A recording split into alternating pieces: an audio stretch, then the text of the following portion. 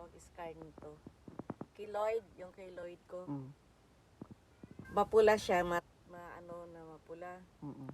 Ngayon, umimpis siya, tapos umano. Yung medyo maitim na, yung ano na siya, yung normal. Tapos Normal? umimpis, oo. Galing. Isang bilog lang yun. Talaga? Ano ba yung ilang bilog? Ilang araw ba yun? Ilalagay. Everyday dapat. Every 12 hours. Tinatanggal. Oo. Kaya pala sobrang katinan sa ito. Ba't ang kati-kati ito? Tinanggal ko. Yun ay yung napansin ko kanina. So, hindi man siya, siguro nga sabi mo, yun yung intended for the bilog. Ano ba yung pats?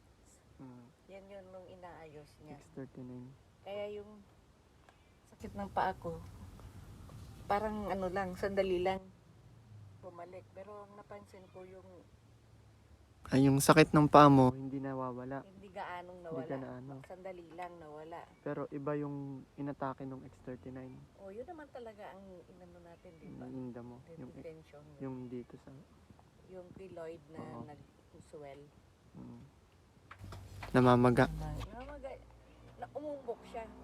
Tapos pag nagkikilos, nakabuhat ako ng ano, namumulat, masakit. At nawala. Nag-umimpis. Siyempre, isang beses pa lang eh. Siguro pag bumalik na sa normal to, baka liliit. Siguro. Ayun, umimpis. Kasi yung level ko, natakpan niya dahil tumaas. Ngayon nag-subside siya. So nakita na yung gilid ng level ko. Mabilis ng... Isa lang yun. Opo. Yun ang ba yun? X39?